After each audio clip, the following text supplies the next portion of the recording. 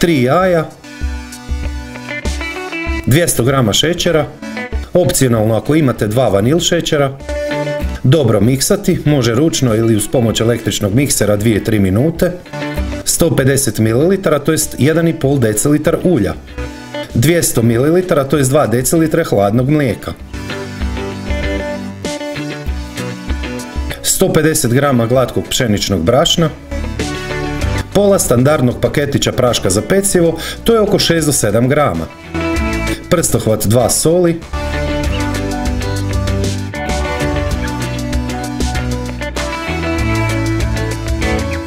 ...150 grama plavog mljevenog maka,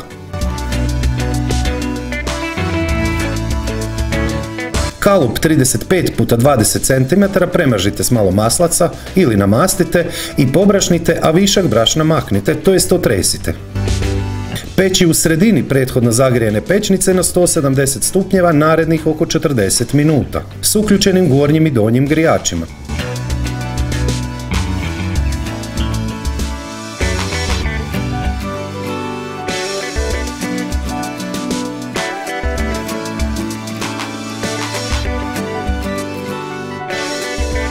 Sok 2 naranče ili 3 mandarine.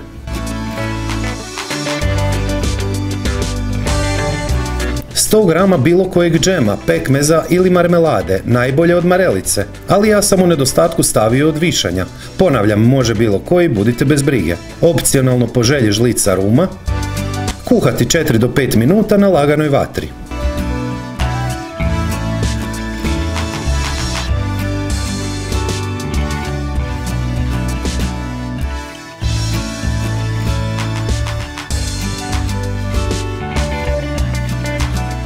Otopite 100 grama maslaca sa 200 grama tamne čokolade.